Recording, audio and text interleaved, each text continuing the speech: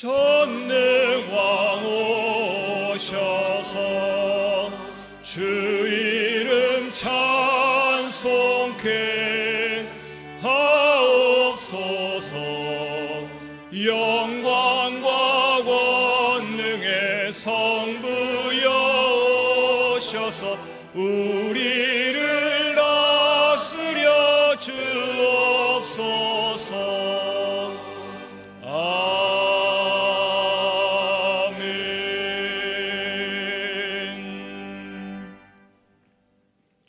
내 영혼아, 네가 어찌하여 낙심하며 어찌하여 내 속에서 불안해하는가? 너는 하나님께 소망을 두라.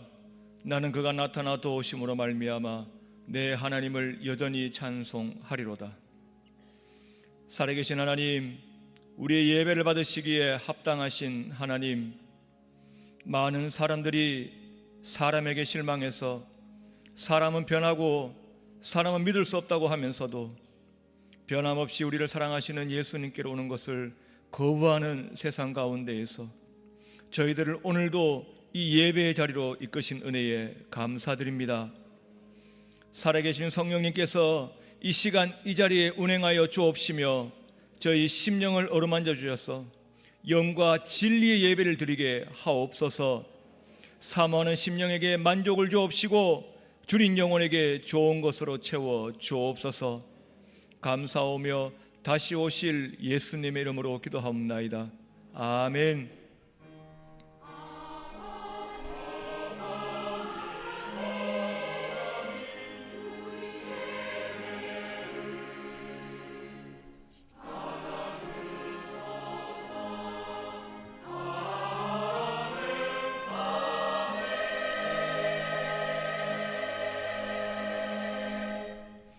전능하사 천지를 만드신 하나님 아버지를 내가 믿사오며 그 외아들 우리 주 예수 그리스도를 믿사오니 이는 성령으로 잉태하사 동정녀 마리아에게 나시고 본디오 빌라도에게 고난을 받으사 십자가에 못 박혀 죽으시고 장사한 지 사흘 만에 죽은 자 가운데서 다시 살아나시며 하늘에 오르사 전능하신 하나님 우편에 앉아 계시다가 저리로서 산자와 죽은 자를 심판하러 오시리라.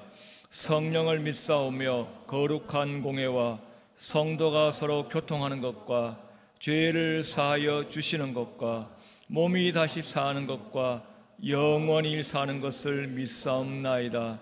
아멘.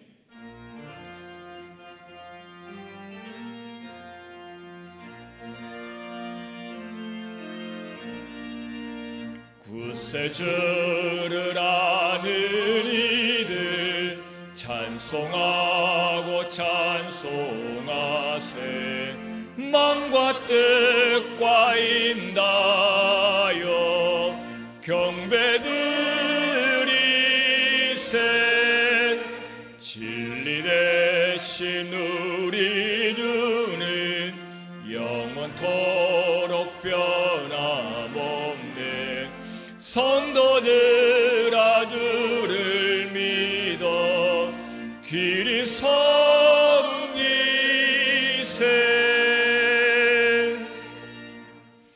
여호와여, 내가 주께 피하오니 나를 영원히 부끄럽게 하지 마시고 주의 공의로 나를 건지소서.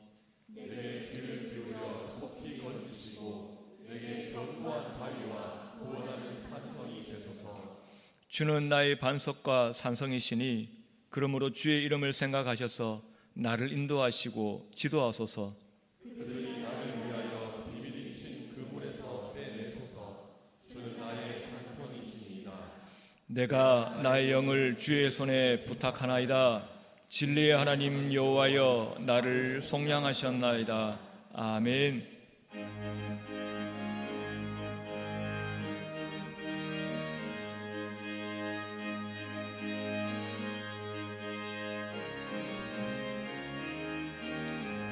예수를 알기 원하네. 크고도 넓은 은혜와 대속해 주신 사랑을 간절히 알기 원하네.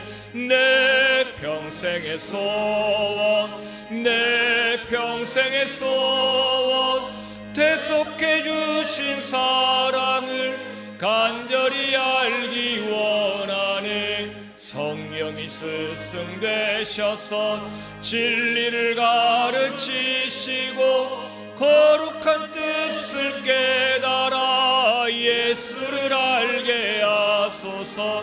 내 평생의 소원 내 평생의 소원 대속해 주신 사랑을 간절히 알기 원하네. 성령의 감화 받아서 하나님 말씀 배우니 그 말씀 안절안절이 내 맘에 겨운데도다. 내 평생의 소원 내 평생의 소원 대속해 주신 사랑을 간절히 알기 원하네. 예수가 계신 보좌는 영광에 둘려 있도다. 평화의 왕이 오시니 그 나라 왕성하도다. 내 평생의 소원 내 평생의 소원 대속해 주신 사랑을 간절히 알기 원하네.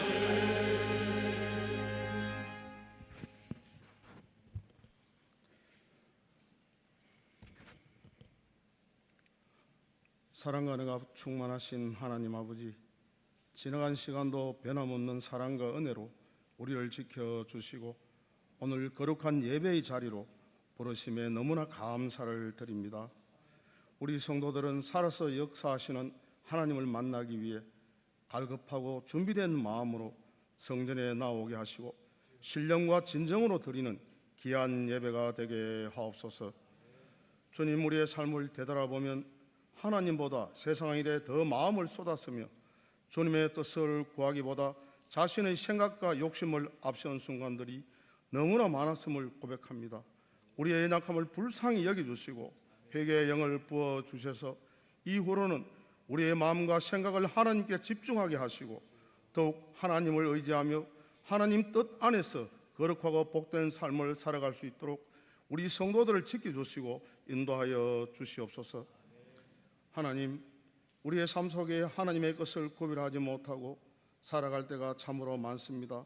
특별히 교회 생활에서도 시간이나 물질이나 교회의 모든 것들이 하나님의 것임을 알게 하시고 하나님의 것을 잘 구별하여 성스러운 마음으로 사용케 하시고 맡은 자로서의 청지기 직분을 잘 감당하는 우리 성도들 되게 하옵소서.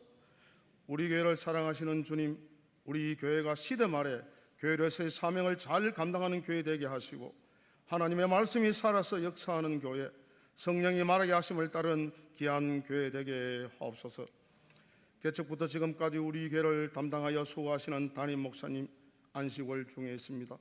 우리 목사님에게 성령 충만함과 육신의 강건함을 더하여 주셔서 남은 목회의 혼신을 다할 수 있도록 인도하여 주시고 하나님의 나라와 교회와 우리 성도들을 향한 풍성한 사랑의 열매와 은혜와 축복이 있게 하옵소서. 지금까지 우리 부교역자들을 지켜주신 하나님, 성령 충만함을 주셔서 하나님께 주신 목회자로서의 사명을 늘 마음에 간직하게 하시고 그 사명들을 감당하기에 부족함이 없도록 인도하여 주시옵소서. 각 주일학교 위에 함께하여 주셔서 주일학교가 말씀으로 바르게 양육되어서 주일학교의 부흥성장이 있게 하시고 전도회와 각 부서와 모임들이 협력하여 하나님의 뜻을 이루게 하옵소서. 여러 가지 고난과 질병으로 고통받는 우리 성도들, 하나님 그 마음의 평안을 주시고 고난의 해결과 치유의 은혜를 주시고 감사함으로 하나님 앞에 나오게 하옵소서. 이 자리에 속한 많은 어르신들 삶 속에 하나님께서 늘 함께해 주셔서 맑은 정신과 믿음 끝까지 지킬 수 있도록 인도하여 주시옵소서. 국내의 선교지들이 하나님 말씀이 선포되고 믿는 자들의 수가 늘어나고 그 지경이 넓어지게 하옵소서. 이 나라와 이 민족이 선교사의 도움을 받는 국가에서 선교 대국이 되기까지 하나님께서 베풀어 주신 은혜와 사랑을 기억하게 하시고 모든 일들이 하나님의 섭리 가운데서 하나님께서 원하시는 길로 이루어지게 하옵소서. 오늘 드리는 예배를 기뻐 받아주시고 말씀을 선포하시는 김성덕 목사님에게 성령의 능력을 부어주셔서 그 말씀이 우리 마음 깊이 새겨지게 하시고 우리의 삶 속에서 열매 맺을 수 있도록 역사하여 주시옵소서. 할렐루야 찬양대의 찬양을 기쁘게 받아주시고 온 성도들에게 은혜의 찬양이 되게 하옵소서. 길과 진리와 생명 되신 예수님의 이름으로 기도드립니다. 아멘.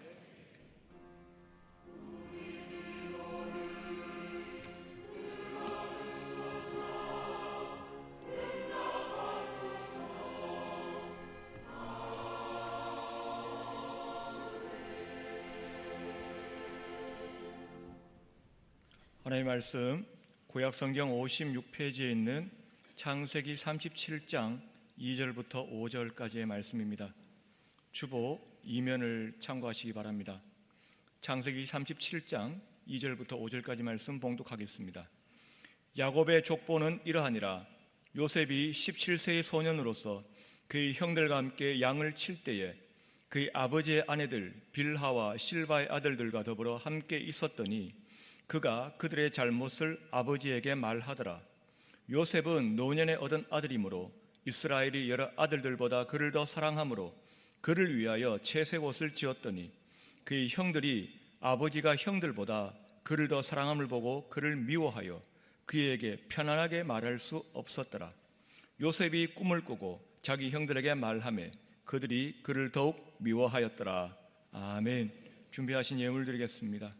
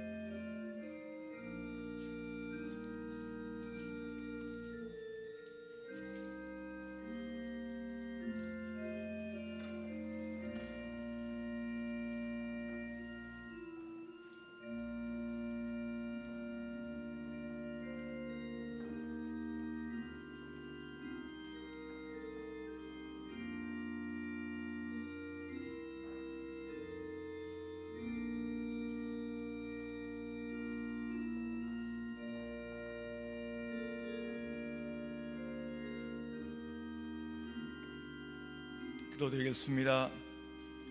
은혜가 풍성하신 하나님, 주님께서 베푸신 그 한없는 은혜를 알고 이렇게 저희 마음을 담아 드릴 수 있어서 감사드립니다.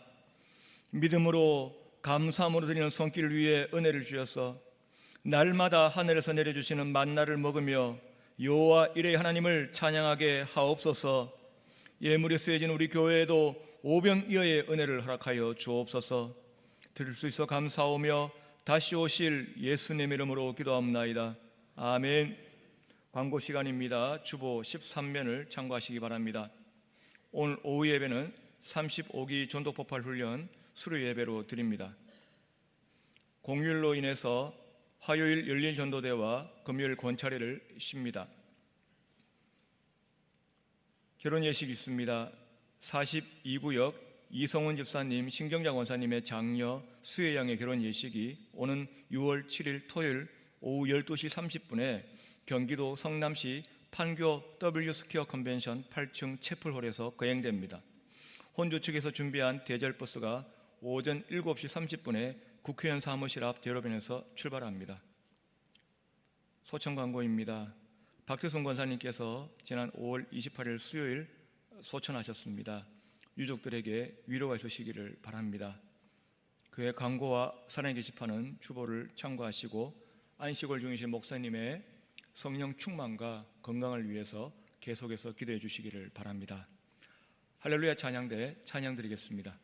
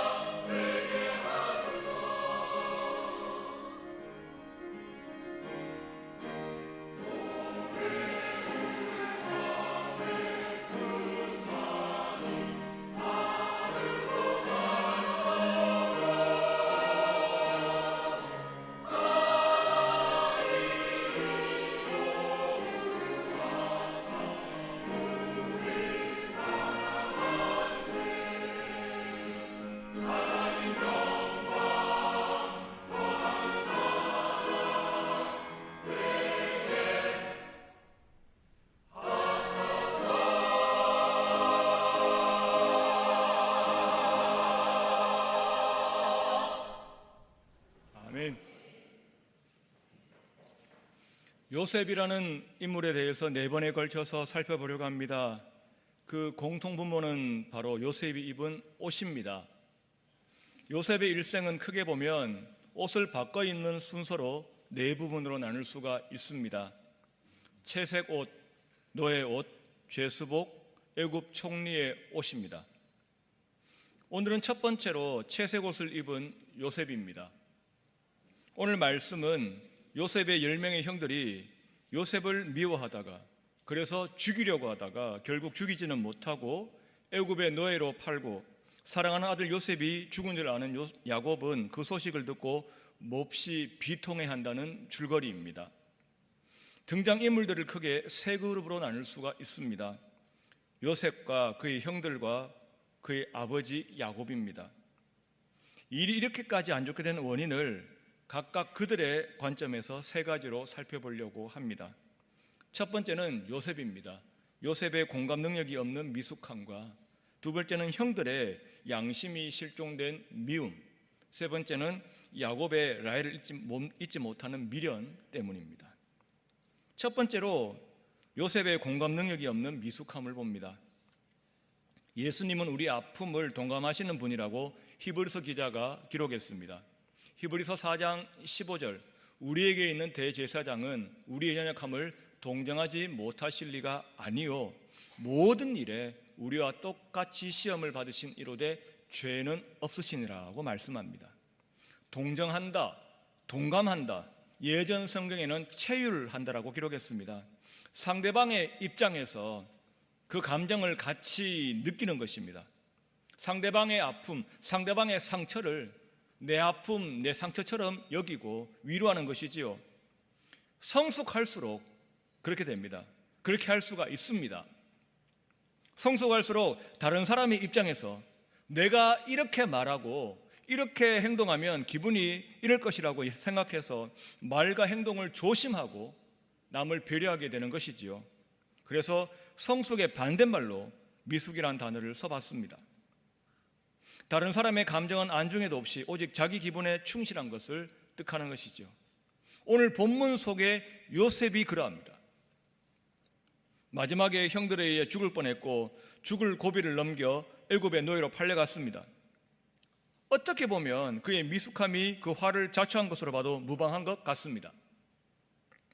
요셉의 옷장에서 꺼낸 첫 번째 옷은 채색 옷입니다. 채색 옷은 우리 목사님께서 말씀하시는 대로 당시에 이 옷을 염색하는 염료가 아주 귀하고 비싸기 때문에 옷이 귀했습니다. 옷은 소매가 길고 부와 신분을 상징하기 위해서 구슬 같은 많은 장신구가 달린 긴 가운 같은 옷이었습니다. 입으면 치렁치렁했습니다. 그래서 옷이 상할까 봐 밖에서 험한 일을 할 때에는 보통 입지를 않았고 안에서만 입었습니다. 앞으로 살펴볼 다른 옷들과 마찬가지로 이 채색 옷도 요셉이 입고 싶어서 입은 것이 아니라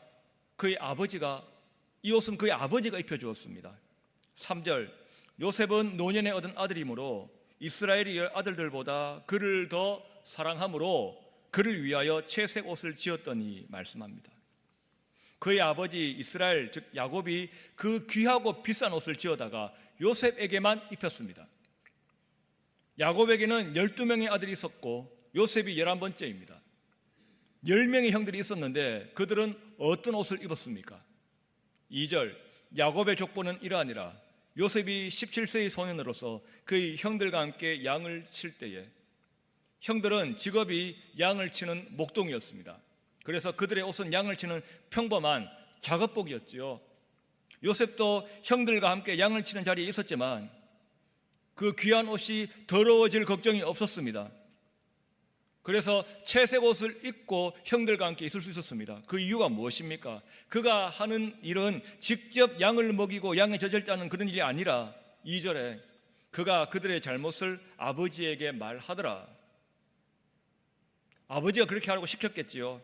형들 옆에서 형들이 일 똑바로 하는지 잘 감시하고 무슨 말 실수는 아닌지 잘 들어서 혹시라도 아버지가 알아야 될 일이 있으면, 형들의 잘못과 실수가 있으면 바로바로 알려주는 아버지의 첩자, 스파이 역할을 한 것입니다. 작업복 입고 힘든 일 하는 형들 옆에서 채석옷 입고 돌아다니면서 형들 무슨 말 실수하는지 귀담아 듣는, 그래서 일러 바치는 동생 얼마나 얄미웠겠습니까? 안 그래도 미운데. 그래서 형들을 미워하는데 그 말까지 감시한다고 생각하니까 어떻게 합니까? 4절에 그의 형들이 아버지가 형들보다 그를 더 사랑함을 보고 그를 미워하여 그에게 편안하게 말할 수 없었더라. 이런 사이였습니다.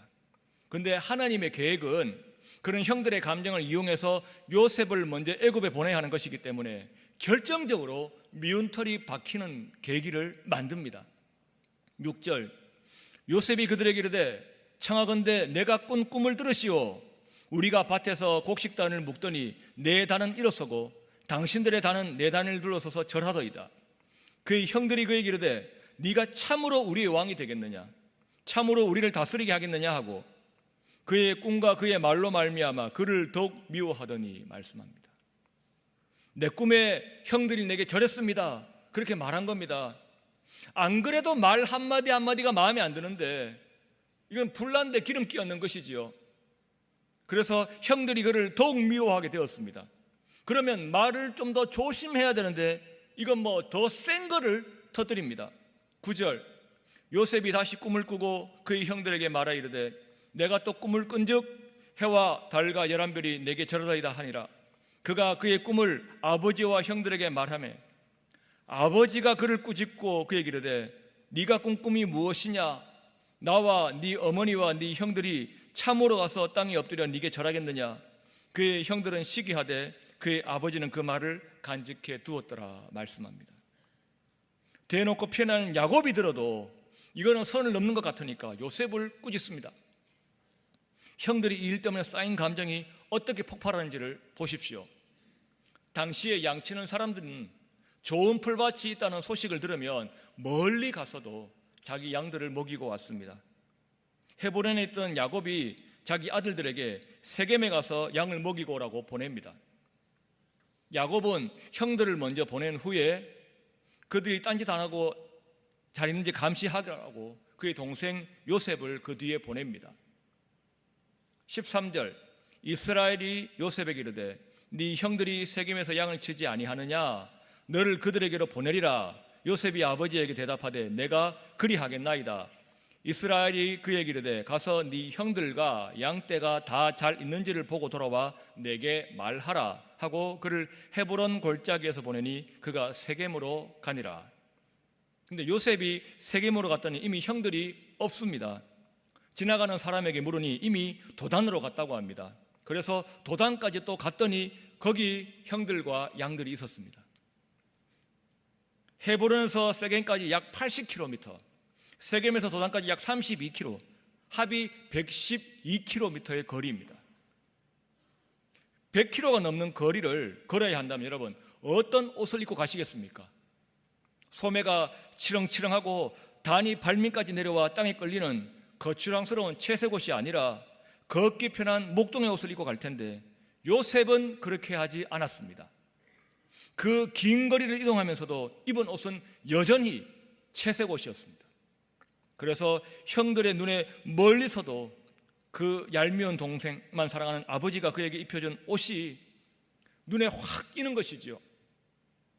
형들은 멀리 채색옷 입은 요셉이 보이자마자 아버지 눈치 볼 일 없는 그곳에서, 그 멀리 떨어진 곳에서 동생을 죽이려고 합니다.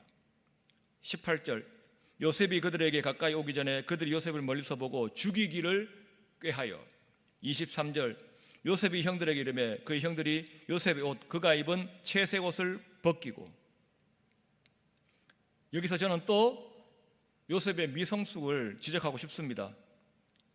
채색 옷이 뭐길래 그 불편한 옷을 그렇게 목숨 걸고 입고 다니는 겁니까? 성숙하면 할수록 사람이 겸손한데 요셉은 성숙하지 못해서 겸손과 거리가 멀었습니다. 교만이 뭡니까? 자기를 높게 보는 거지요. 요셉은 스스로 자신을 특별한 아들로 여기는 겁니다. 그 특별함의 상징인 채색옷을 지금 자신과 동일시하고 있는 것이죠. 나의 가치는 채색 옷의 가치다. 그래서 그 옷을 못 벗는 겁니다. 그 먼 거리를 걸어가면서도 그가 입은 옷은 여전히 채색 옷이었습니다.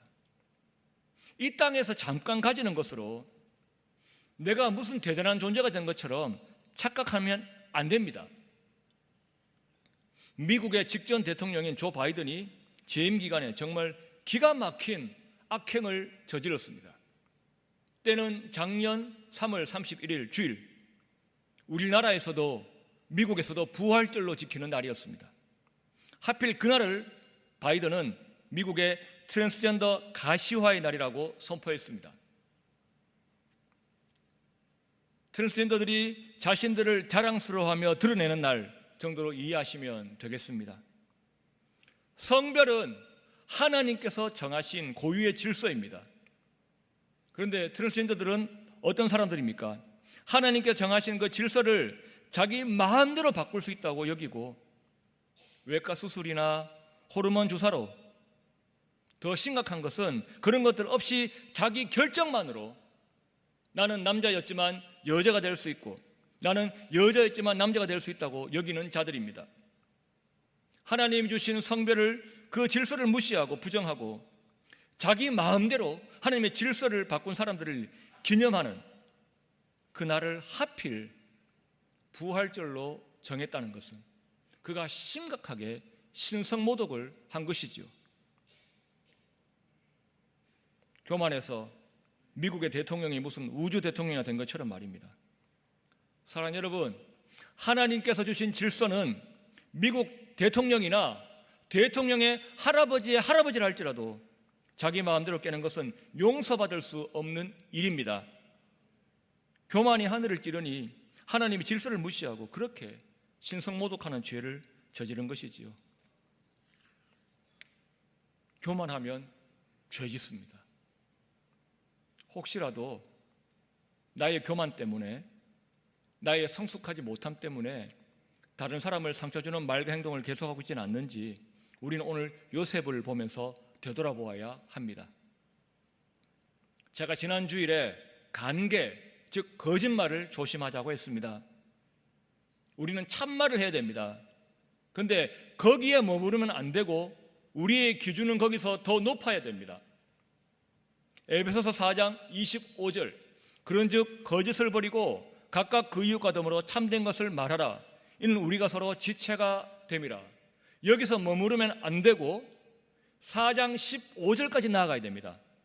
오직 사랑 안에서 참된 것을 하여 범사에 그에까지 자랄지라. 그는 머리니 곧 그리스도라. 여기서 하이라는 이 동사, 영어 성경 KJV, NASB, NIV, ESV를 다 살펴봐도 영어 동사 스피크입니다. 말하여, 사랑 안에서 참된 것을 말하자.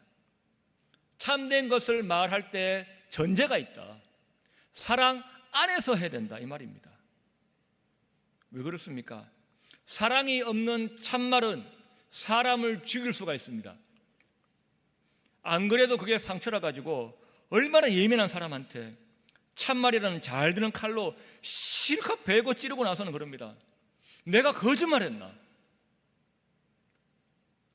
교회 밖 세상은 참말도 못하는 수준이지만 우리는 달라야 됩니다. 교회는 참말하는 것은 당연하고 기본이고 사랑을 실어서 말하되 때로는 사랑하기 때문에 침묵하는 것이 금보다 더 귀할 때도 있음을 우리는 알아야 할 것입니다. 요셉의 미성숙함을 반면교사로 삼아서 우리는 항상 주위 사람들을 살피고 사랑 안에서 참말을 해서 그들을 고치고 그들을 살릴 수 있는 여러분 되시기를 주님의 이름으로 축원합니다. 두 번째 비극의 원인은 바로 형들의 양심이 실종된 미움입니다. 앞에서 살펴봤지만 요셉이 형들에게 미움받을 짓을 골라서 하긴 했습니다. 근데 그렇다고 자기 동생을 죽이려고 하는 것은 선을 넘어가는 것이지요. 형들이 그가 얼마나 미웠는지 보십시오. 18절 요셉이 그들에게 가까이 오기 전에 그들이 요셉을 멀리서 보고 죽이기를 꾀하여 20절 자 그를 죽여 한 구덩이에 던지고 우리가 말하기를 악한 짐승이 그를 잡아먹었다 하자. 죽이려고 합니다. 그때 큰 형이 나서지요. 21절 르우벤이 듣고 요셉을 그들의 손에서 구원하려 하여 이르되 우리가 그의 생명은 해치지 말자. 그래서 형의 말을 듣고 물이 없는 구덩이에 던져 넣었습니다. 24절 그를 잡아 구덩이에 던지니 그 구덩이는 빈 것이라 그 속에 물이 없었더라. 죽이려고 했다면 물이 있는 구덩이에 던져 넣어서 익사시켰겠죠. 형의 말을 듣고는 물 없는 웅덩이에 던져버립니다. 일단은 살려둡니다. 제가 경악하는 것은 25절 상반절입니다. 그들이 앉아 음식을 먹다가 동생을 옷 벗겨가지고 물 없는 웅덩이에 던져놓고는 그 옆에 앉아가지고 지금 밥 먹고 있습니다. 옆에서는 동생의 절규가 들리지 않겠습니까? 형님들 제가 잘못했습니다. 한 번만 용서해 주십시오. 제발 좀 건져 주십시오. 제발요 라고 목이 쉬도록 외치고 있을 요셉 옆에서 주님 배를 채우고 있습니다. 하나님께서 모든 사람에게 주신 일반 은총 중에 마음에 하나님이 계심을 느끼고 그래서 지은 죄를 부끄러워하는 양심이 모든 사람에게 있습니다. 로마서 1장 19절 이는 하나님을 알만한 것이 그들 속에 보임이라 하나님께서 이를 그들에게 보이셨느니라. 그래서 예수를 안 믿는 사람도 평소에 극악 무도한 죄를 짓지는 않습니다. 늘 살육을 일삼는다면 예수 믿는 사람들 그 속에서 어떻게 삽니까? 그래서 칼빈은 하나님께서 이 악한 세상 가운데 성도들을 보호하시기 위해서 모든 사람들에게 양심을 주셨다고 했습니다. 죄를 부끄러워하는 양심이라는 마음을 잘 표현한 화가가 있습니다. 네덜란드를 대표하는 렘브란트의 스승이었던 거장 피터르 라스트만이 1619년에 그린 우리아에게 편지를 건네는 다윗입니다. 지금 다윗이 손에 편지를 들고 있고 무릎을 꿇고 앉아서 그 편지를 받는 사람이 바로 우리아입니다.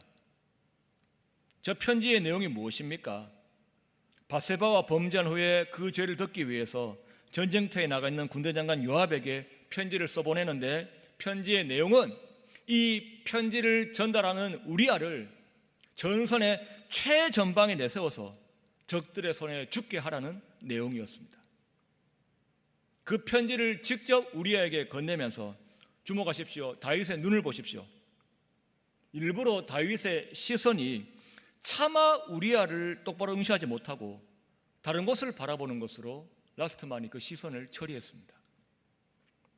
왕이 가진 권력으로 한 가정을 파탄내는 일을 하면서도 양심 때문에 차마 그의 눈을 직접 보지는 못합니다. 이런 양심이 모든 사람에게 있다고 바울은 로마서에서 말씀하는 것이지요. 그런데 오늘 본문의 요셉의 형들은 제가 보기에 그 양심이 실종되었습니다. 형들에게 제가 이렇게 질문하고 싶습니다. 목구멍에 밥이 넘어갑니까? 라고 말입니다. 넘어가니까 요셉이 제발 살려달라는 애원 소리를 했음에도 그걸 들으면서도 밥을 삼키고 있었겠지요. 동생이 얼마나 뼛속까지 미웠으면 이런 일이 가능했겠습니까? 사람 미워하는 마음이 이렇게 무섭습니다. 양심을 실종시킵니다. 말세의 특징이 무엇입니까? 예수님께서 말세가 되면 사랑이 식어진다고 하셨습니다. 마태복음 24장 12절 불법이 성함으로 많은 사람의 사랑이 식어지리라. 그래서 때가 갈수록 오늘 요셉을 웅덩이에 빠뜨려 놓고는 그 옆에서 주린 배를 채우는 형들처럼 사람이 어디까지 악해질 수 있을까 싶은 소름 끼치는 일들이 앞으로 더 많아질 것입니다. 그런 세상을 향해서 우리는 참말 중에 참말인 복음 중에 복음인 요한복음 3장 16절 말씀을 그들이 들을 때까지 외쳐야 될 것입니다. 요한복음 3장 16절 함께 읽겠습니다. 하나님이 세상을 이처럼 사랑하사 독생자를 주셨으니 이는 그를 믿는 자마다 멸망하지 않고 영생을 얻게 하려 하심이라. 아멘. 우리 서로를 향해서 어떻게 해야 됩니까? 베드로전서 4장 8절, 무엇보다도 뜨겁게 서로 사랑할지니 사랑은 허다한 죄를 덮느니라. 할렐루야. 요셉의 형들을 반면교사 삼아서 우리는 항상 서로 뜨겁게 사랑하며 사랑으로 허다한 죄를 덮을 수 있기를 우리 주님의 이름으로 축원합니다. 세 번째, 이 비극의 원인은 바로 야곱에게서 볼 수 있습니다. 라헬을 잊지 못하는 그의 미련 때문입니다. 이 미련 때문에 자식 사랑이 삐뚤어졌습니다. 잘못되었습니다. 유다의 제안으로 요셉을 죽이지는 않고 애굽의 노예 상인에게 팔고서는 그가 입고 있던 채색 옷에 염소의 피를 적셔가지고 아버지 야곱에게로 가져갑니다. 그리고는 그들이 야곱에게 뭐라고 하는지를 들어보십시오. 32절, 그의 채색 옷을 보내어 그의 아버지에게로 가지고 가서 이르기를 우리가 이것을 발견하였으니 아버지의 아들의 옷인가 보소서 하매. 우리 동생 요셉의 옷이라고 하지 않습니다. 아버지의 아들, 남 부른 것 같습니다. 이 말에 대단한 쌓인 감정이 섞여 있습니다. 평소에 야곱이 다른 형제들에게 요셉과 그의 아우 베냐민에 대해서 어떻게 말했습니까?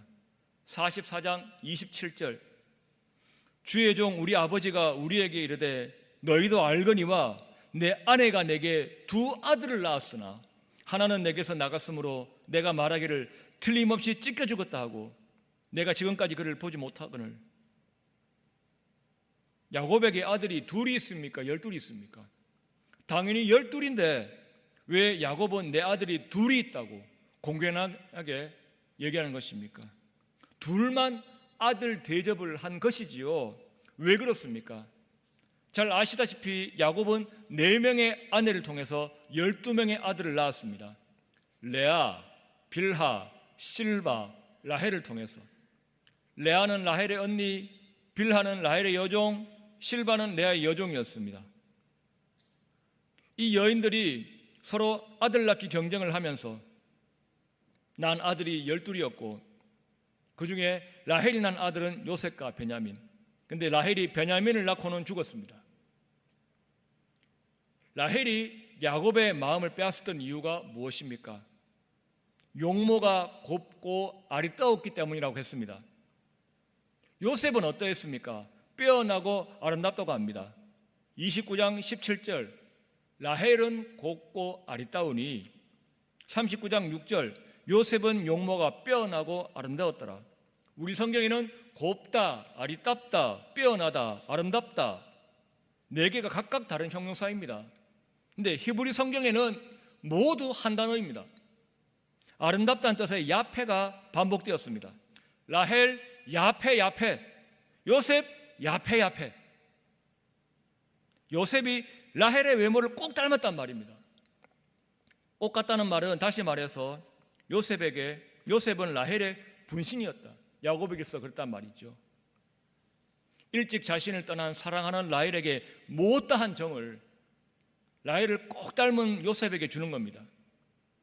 요셉의 형들은 어릴 때부터 2가지 사실을 잘 알고 커왔습니다. 우리 아버지는 라헬만 아내로 여긴다. 우리 아버지는 요셉과 베냐민만 아들로 여긴다.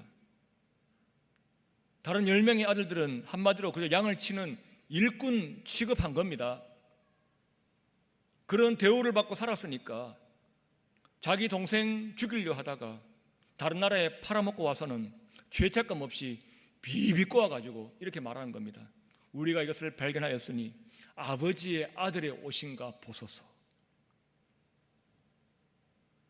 같은 대우해주고 같은 사랑을 주었더라면 이런 차라리 애초에 없었을 것입니다. 모든 화는 야곱이 자초했다 해도 과언이 아니라는 말씀입니다. 야곱이 다른 10명의 아들들이 보기에 절대 공감할 수 없는 기준과 잣대로 요셉을 대해서 결국에 가정에 큰 비극을 초래하는 것을 보면서 지금 이 혼돈의 시대를 사는 우리에게 필요한 것도 바른 지성에서 나오는 바른 기준이라는 생각이 듭니다. 말씀을 준비하면서 지난 월요일 뉴스에 육군사관학교 교내에서 홍범도 장군의 흉상을 철거하려던 원래의 계획을 철회하고 그대로 존치하기로 했다는 기사를 보았습니다. 2018년 문재인 대통령 집권 때에 육사에 설치했던 것을 2023년 윤석열 대통령 집권 때에 철거하였던 이유는 무엇이었습니까? 홍범도 장군이 비록 봉오동 전투, 청산리 전투 같은 항일 전쟁을 승리로 이끈 공로는 크지만 독립 후에는 소련 공산당 당원으로 가입했던 전력이 있어서 그랬습니다. 공산당원이었던 사람을 육사 안에 둘 수 없다. 그때 진보 진영에서는 홍범도 장군 흉상을 세울 때 이 공산당 당원 이력을 지적한 지금 모 대선 후보를 향해서 심지어 그 일을 사과하라는 말도 안 되는 억지를 부리기도 했습니다. 그들의 논리가 무엇입니까? 비록 마지막에는 소련 공산당원 가입 같은 흠이 있었지만 앞에서 열심히 항일 투쟁했던 공을 인정하면 그 허물을 덮을 수 있다는 겁니다. 저는 그렇게 주장하는 분들에게 같은 기준, 같은 잣대를 건국 대통령 이승만 박사에게 적용해달라고 꼭 부탁하고 싶습니다. 그들은 이승만 박사 얘기만 하면 4.19의 원인이 되었던 3.15 부정선거만 기억하려고 합니다.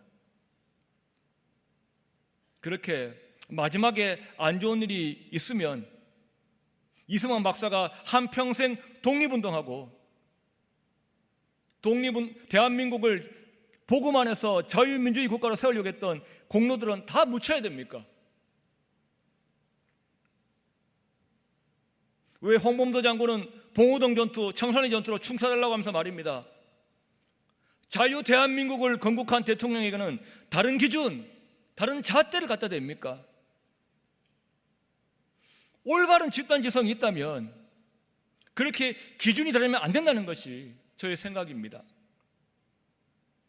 이승만 박사에 대한 뉴스가 열흘 전에 있었지요.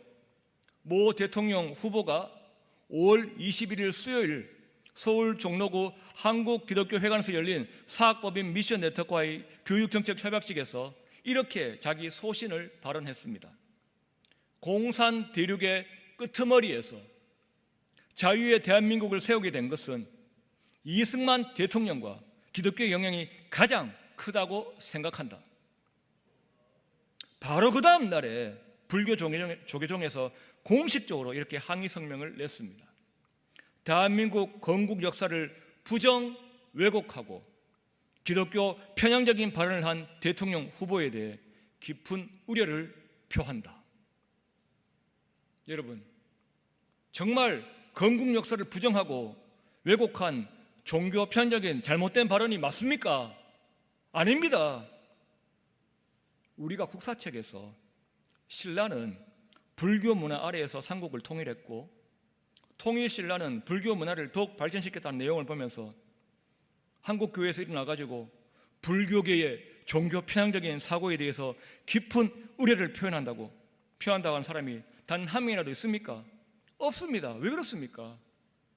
신라의 정치, 국방, 안보의 근본이 되었던 화랑도 정신이 불교 승려였던 원광법사가 제정한 세속 5계에서 나온 것임을 우리는 역사책에서 배워서 알기에 인정합니다.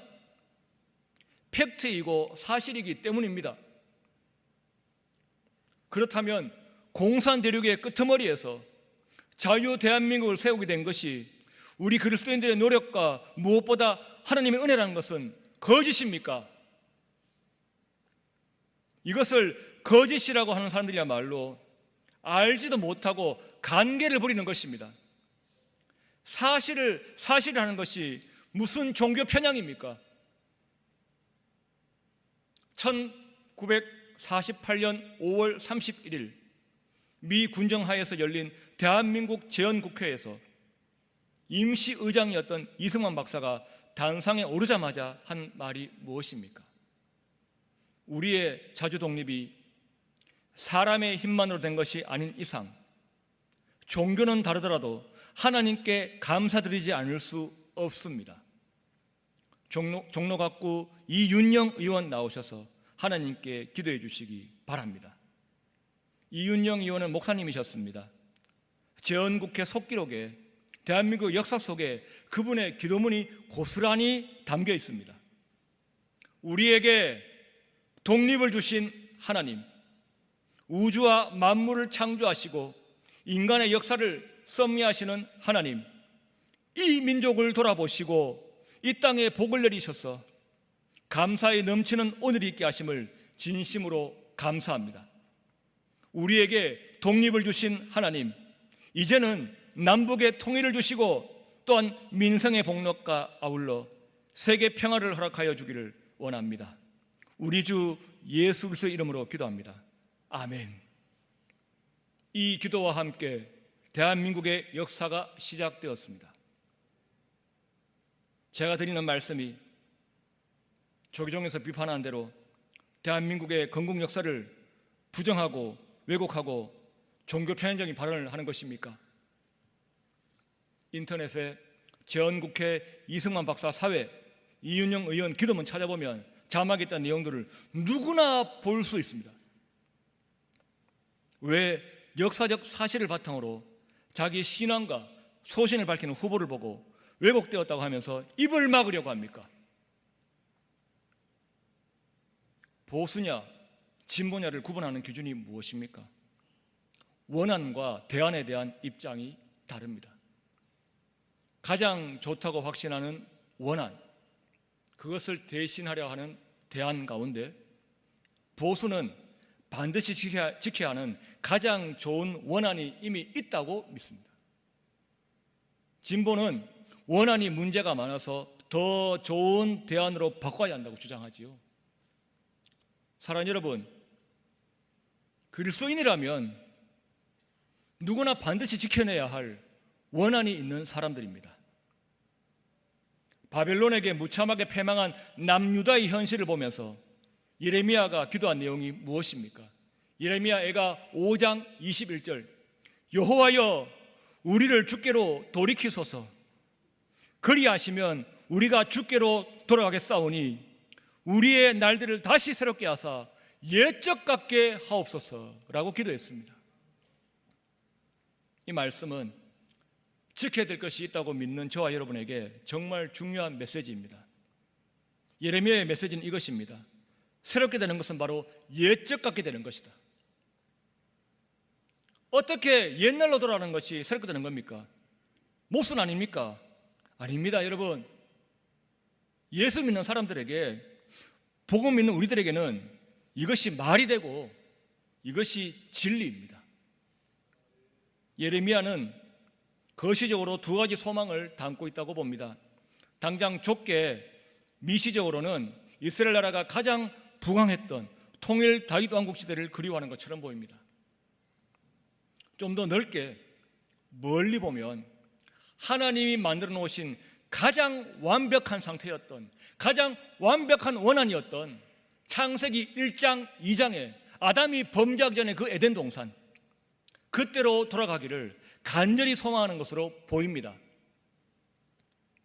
우리 그리스도인들이 날마다 간절히 소망하는 새로운 상태는 이전에 없던 것이 아니라 태초에 있었던 아담이 하나님과 함께 지상낙원이었던 에덴 동산을 거닐던 그 옛날, 그 옛적입니다.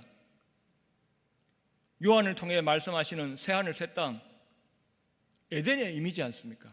계시록 22장 3절 4절, 다시 저주가 없으며 하나님과 그 어린 양의 보좌가 그 가운데 있으리니 그의 종들이 그를 섬기며 그의 얼굴을 볼 터이요 그의 이름도 그들의 이마에 있으리라고 말씀합니다.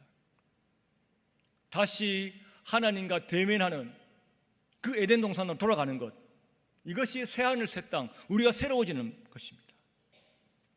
우리 대한민국은 어떻게 날로 새로워질 수 있습니까? 자유민주주의, 자본주의 시장경제라는 원안에 문제가 있으니까 그 문제를 해결하기 위해서 공산주의, 사회주의, 전체주의를 도입해야 됩니까? 아닙니다. 옛적에 가장 좋은 가치로 시작되었는데 그 좋은 자유민주주의가 있는데 왜 그럽니까?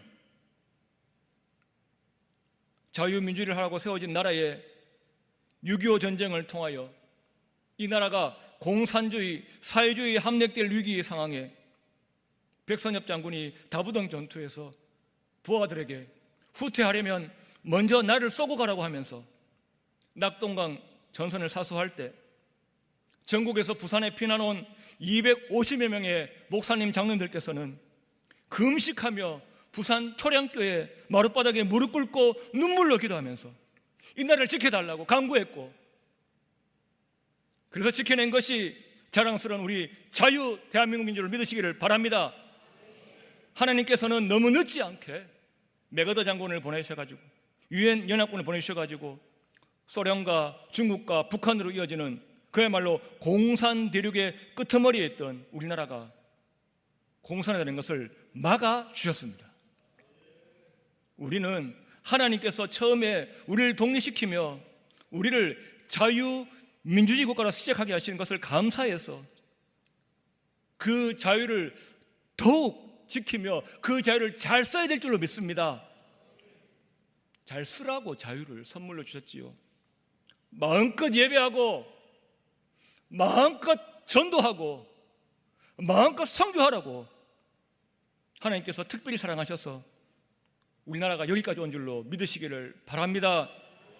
앞으로 우리 한국교회가 할 수 있는 최선을 다해서 예배하고 전도하고 선교하면 우리가 계속해서 주님 오실 때까지 그 일을 할 수 있도록 동해물과 백두산이 마르고 닳도록 하나님이 보호하셔서 우리나라 만세의 줄로 믿고 나를 위해 더욱 기도하시기를 바랍니다.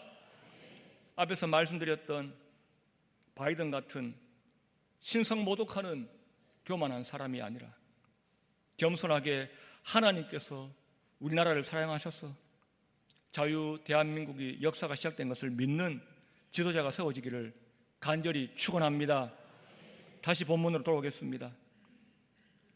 야곱은 미련 때문에, 사랑했던 아내 라헬에 대한 미련 때문에 그랬습니다.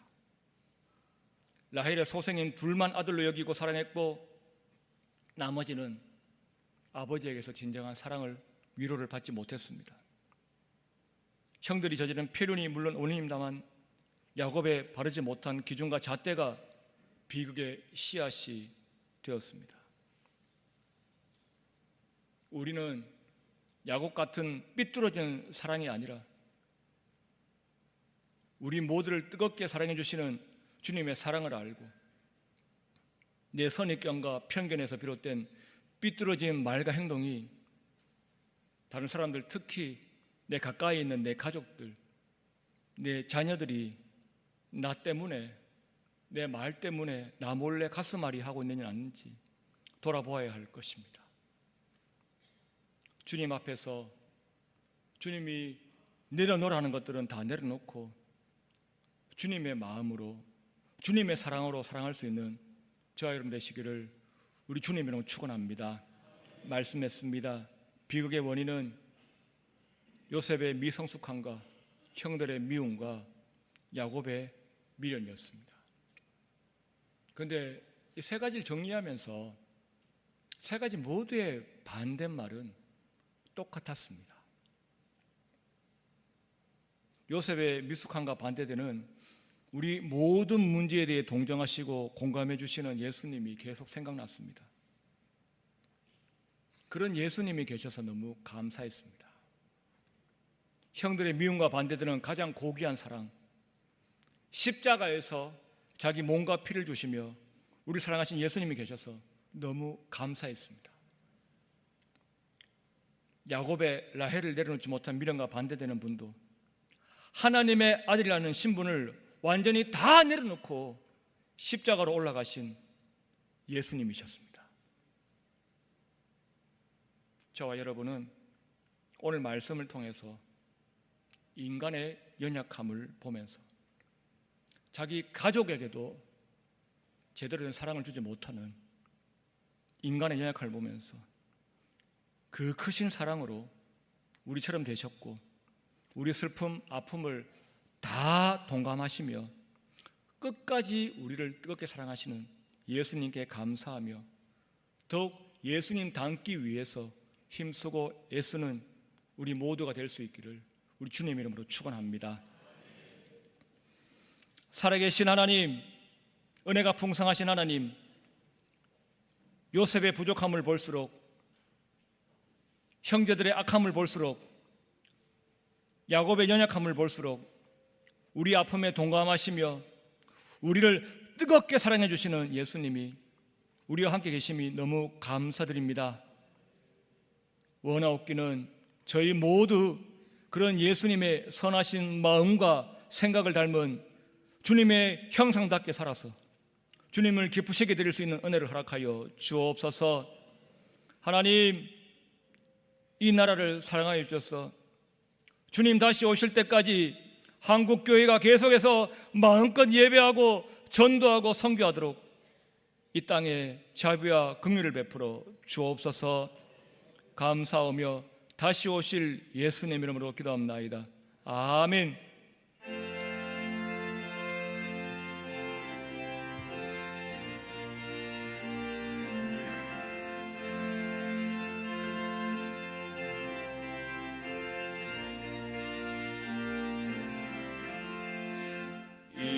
몸의 소망 무언가 우리 주 예수뿐일세. 우리 주 예수밖에는 믿으리 아주 없도다. 주 나의 반석이시니 그 위에 내가 서리라. 그 위에 내가 서리라. 무섭게 바람 부는 밤 물결이 높이 설렐 때 우리 주 크신 은혜에 소망에 닿을 줄이라. 주 나의 반석이시니 그 위에 내가 서리라. 그 위에 내가 서리라. 세상에 믿던 모든 것 끊어질 그날 되어도 구주의 언약 믿사와 내 소망 더욱 크리라. 주 나의 반석이시니 그 위에 내가 서리라. 그 위에 내가 서리라. 바라던 천국 올라가 하나님 앞에 배울 때 구주의 의를 힘입어 오여시 바로 서리라. 주 나의 반석이시니 그 위에 내가 서리라. 그 위에 내가 서리라. 지금은 우리 주 예수 그리스도의 크신 은혜와 하나님 우리 아버지의 말로 닿을 수 없는 극진하신 사랑하심과 성령님의 교통하심과 위로하심이 우리의 삐뚤었던 마음을 회개하고 사랑의 예수님 닮아서 사랑 안에서 참된 말을 하기로 작정하고 소망하는 사는 성도들의 머리 위에, 저들의 자녀들 위에, 가정 위에, 직장과 사업장 위에, 마음의 소원들 위에 이제로부터 영원토록 항상 함께 있을지어다. 아멘.